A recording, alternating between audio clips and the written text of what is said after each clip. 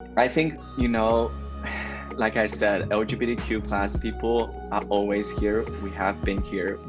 It's just we only had the opportunity to tell our stories recently, and we were encouraged to tell our stories recently. And I think it's so important to understand the notion of like being out and proud.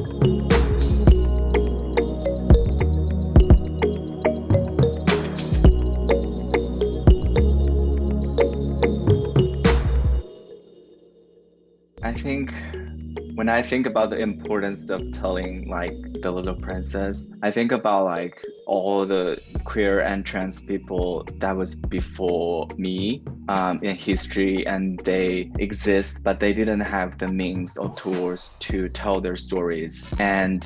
But they exist and they shine so bravely, and I feel like I'm at the point of like really like receiving like the messages from a long time ago, and I'm just here to pass it by to the next generation. 我给我的 Band-Aid， Gabriel 有嘢打籃球，我在跳芭蕾舞。那有男孩跳芭蕾舞的。I think to show The Little Princess on a huge platform like Disney Plus is to bring visibility of queer and trans kids, and that we have always been here and will always be here.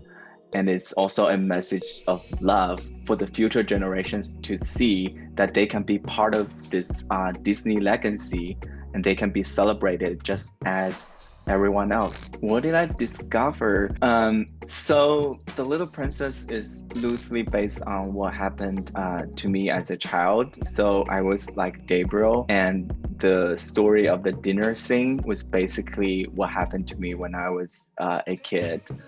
But I grew up in China, and both my parents and my best friend's parents are Chinese.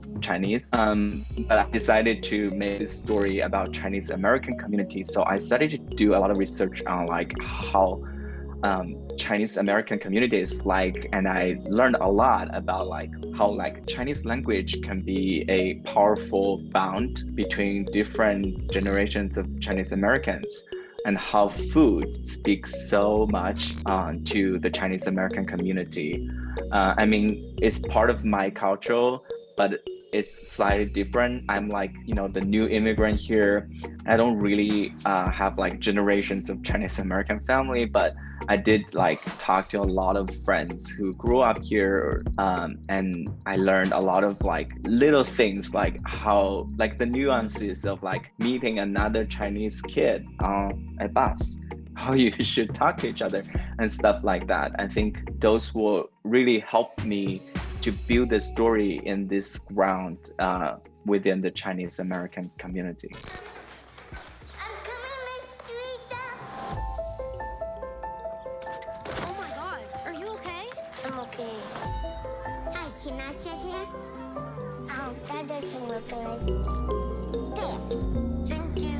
I think, like I said, LGBTQ plus people are always here. We have been here. It's just we only had the opportunity to tell our stories recently, and we were encouraged to tell our stories recently. And I think it's so important to understand the notion of like being out and proud.